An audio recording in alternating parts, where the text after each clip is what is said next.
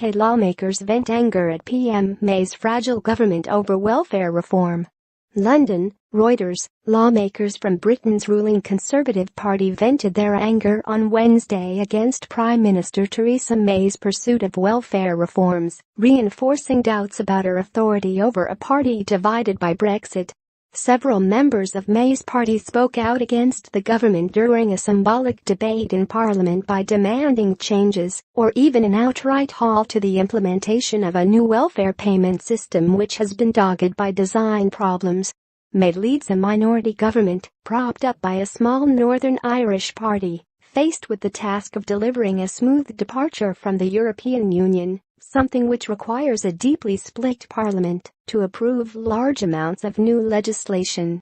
The opposition Labour Party won a symbolic vote on a motion calling for the welfare plan to be paused, but May's party avoided a full-blown public rebellion by ordering its lawmakers to abstain, thereby masking the extent of internal unrest.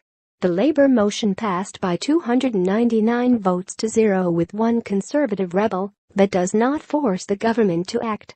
Nevertheless, Conservative lawmakers openly criticized the government's approach and demanded changes during the debate. "Why are we undermining a policy with the potential to change lives for the better by not addressing a fundamental flaw at its heart?" said Sarah Wollaston, the only Conservative lawmaker to formally vote against the government's orders.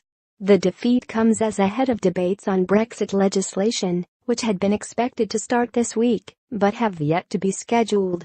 Ministers are sifting through hundreds of proposed changes, some of which are backed by enough Conservative lawmakers to inflict a more damaging defeat on May's government.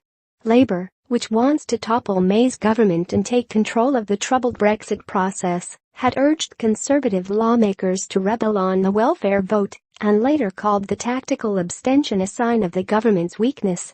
Yet again the Prime Minister and the Tories, Conservatives, cannot command a majority in the House of Commons. "The Prime Minister is in office, but not in power," said Labour's welfare spokeswoman Debbie Abrahams after the vote. Welfare Minister David Gauke accused the Labour Party of trying to wreck the reforms and vowed to listen to lawmakers' concerns but proceed with the policy.